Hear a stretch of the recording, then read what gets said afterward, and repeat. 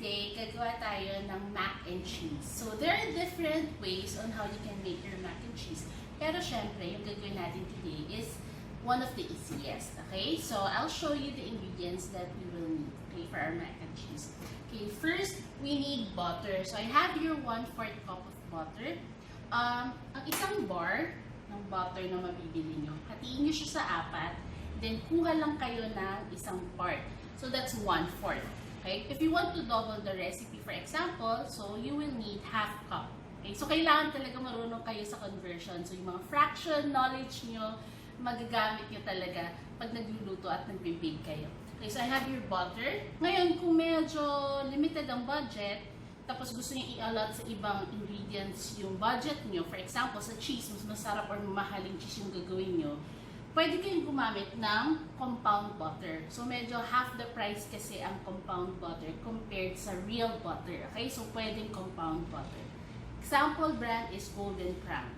Okay? Para mas madali na sa mga, hindi alam, ano bang compound butter? So, yun, Golden Crown yung ginagamit ko pag gusto ko na medyo i-limit yung budget. Okay? So, 1/4 for the recipe. And then, kukuha din ako dito ng 1/4 cup of flour. Okay? So, ang first step is gagawa tayo ng roux. Okay? R-O-U-X. So, it's a French term. So, yun yung magpapalapot dun sa sauce na gagawin natin. Okay? So, lagi ang roux, equal parts of fat, so which is the butter, and flour. So, kung 1/4 ang inyong butter, 1/4 din dapat ang flour. So, kung i-double nyo yung recipe, magiging 1/2 cup, magiging 1/2 cup din dapat ang inyong flour. Okay? And then, we will need milk. Okay? Fresh milk is fine. Kung may evap kayo, pwede rin. Tapos haluan nyo ng konting tubig. Well, para lang hindi maging very costly. And then, I have here cheese. Okay? So, pwede kayong Monterey Jack, Colby Jack, cheddar. Pwede rin mozzarella. Pero kasi ang mozzarella, maybe one of the cheeses that lang na you will use. Kasi nga, hindi naman very salty ang mozzarella cheese. Pero it gives a very nice texture, diba? So, what I'm using is cheddar, okay, and Monterey Jack. And then, pwede rin kayong gumamit ng mga processed cheese. Kung halimbawa, medyo namamahalan kayo sa mga cheese na ginagamit natin dito, pwedeng mga katulad ng Eden, basta yung mga naka-box, yan, pwede yan. Okay? Or quick melt, although medyo pricey rin siya. Pwede rin Gruyere, kung medyo mas fancy at may budget naman. Okay, for our seasoning, we have black pepper, sea salt, and then I have here paprika from Fat Daddies. Okay? Hindi naman siya magiging manghang, it will give flavor. Pwede kayo maglagay ng konting nutmeg if you like.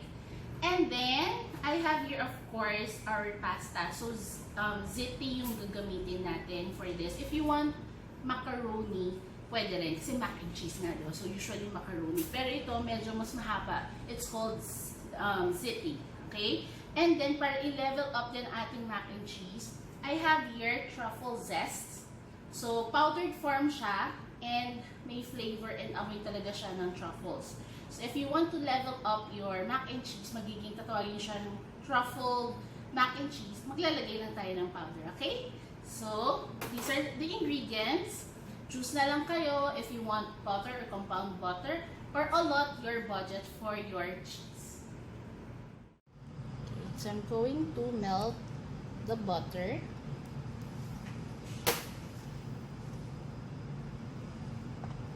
And then, I'm going to add in a little while yung ating all-purpose flour. Okay, so we're going to make a roux.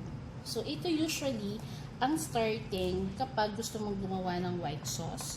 Okay, so if you're making bechamel for your, for example, for your lasagna, yung white sauce na nakikita nyo doon. So, ito din yung step na yun.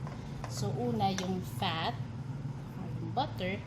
Then, we're going to add the same amount of all-purpose flour. Tapos, lulutuin natin itong dalawa. Okay. So, ito din yung ginagawa kong step. Itong dalawang ingredients and same process kapag gumagawa ko ng gravy. Okay. Pero, di ba ang gravy, brownish siya. Yan. So, ang gravy, papa-brown ko talaga to. Tapos, usually, naglalagay na rin ako ng beef stock. Ganyan. Yung powder, nilalagay ko na at this stage. Pag gumagawa ko ng gravy, Parang mag-brown na siya and mag-flavor na yung pinaka-beef. Yun. Tapos water. So, ganun paggawa ng gravy.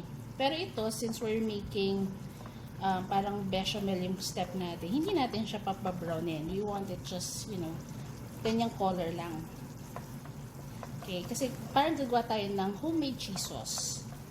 Yan. So, ito, nag-melt ng ating butter. Na-mix na natin ang ating flour and you can see the bubbles. That's an indication na naluluto na yung flour natin. Okay, so very important yan na nakikita nyo, nagbabubble siya.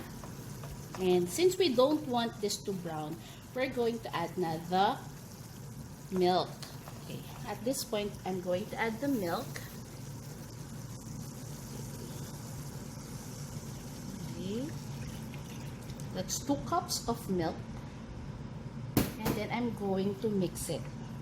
Okay, so yung flour na nilagay natin, that will be responsible for the thickening of this. Okay, so yung again, the equal parts of butter and flour, you call that roux. Okay, R-O-U-X, a French term. That's what is responsible in making our mga ganito sauces, yan, maging thick. Okay, hindi pa siya thicken, but I'm going to season it already with black pepper or pwede ring white pepper. Kasi usually talaga kapag white yung sauce, white pepper yung nilalagay para hindi napapagkamala na dumi or insekto yung ating mga black pepper. Kasi minsan magre-reklamo yung customer, akala nila may dumi na halo sa food nila, hindi nila alam na black pepper pala siya. So, okay, so that's another tip, but I only have kasi black pepper, kaya black pepper yung ginamit ko. Okay, and then yan. I'm not sure if nakikita nyo, but the liquid is starting to thicken. Hindi na siya kasing fluid nung kanina. But you need to keep on stirring din kasi you don't want na magbuo-buo din yung ating sauce. And then I'm going to add a little bit of paprika. Okay? So, paprika. Hindi siya masyadong magbibigay ng anghang. Don't worry. Okay? It will give you a little bit of flavor lang naman. Okay? But you may omit. If you really don't like it, it's okay. You can also put a little bit of mustard powder. If you have it at home. Hindi yung mustard na ano ha, yung sauce, yung powdered form. Pwede nyo ilagay. Yan. That's optional. Okay. So, I hope you can see yung pag-thicken niya eh. Medyo mas nagaano kasi siya eh. Hindi pa talaga thickened na thicken. Pero, yan. Mas lumalapat na siya. Okay. And then, I'm going to add our grated cheese. Ito, ang daming cheese nito. This is a special mac and cheese. Later ko na ilagay. Better to always just add kesa sumobra. Okay. I hope you can see the consistency. Yan, diba? Medyo nagko-coat na siya sa ating spatula. And of course, yung addition of the cheese will give color since orange yung color ng ating cheese. Mas kumolor talaga siya, diba? Tapos, syempre, mas lalapot siya kasi yung stickiness of the cheese dumagdag. And, I know I added salt already, but hindi ko dinamihan kasi the cheese na gagamitin nyo would depend yung saltiness doon. So, it's always best to adjust the seasoning na lang later on. Okay? Kita nyo yung texture niya.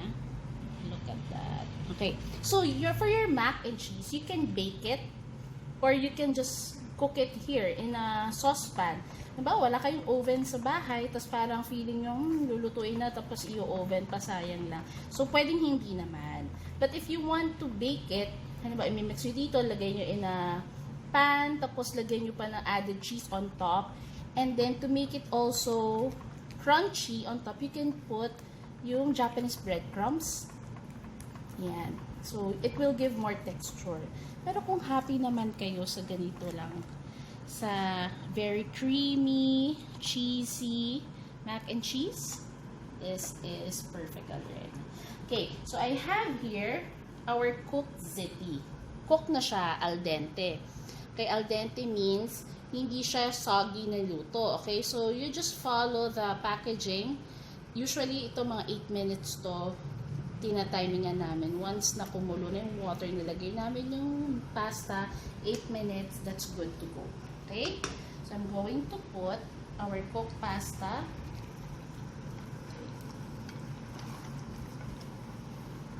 Again, pwedeng ziti for a change. Pwede rin namang macaroni talaga. Look at that. So cheesy. Color pa lang niya ay very enticing. Some people, they add food color because they want it really orangey. Pero ako gusto ko yung natural color talaga ng cheese. Okay, there. Okay, and then, as I've mentioned, if you want to level up your mac and cheese and make it into a truffle mac and cheese. Okay, I have here truffle zest. Okay, so yun yung i-sprinkle nyo lang sa inyong mac and cheese, and then if you can only smell, sobrang amoy na yung pagka-truffle niya. Okay? And then, again, you can bake this, put this in a pan, and then put more cheese on top, or you can eat this as is. Okay? It looks so yummy. And then you can just add bacon on top, mga crispy bacon na lulutuin nyo. Luto kayo ng bacon, luto kayo ng mga favorite meat nyo, and then yun yung pan-topping nyo. Okay? And then, season this, taste according, and then season according to your taste. Okay, so this is our very easy mac and cheese. Look at that, cheesy mac and cheese. Very cheesy. Then we'll just plate this, and then I'll show you the finished product.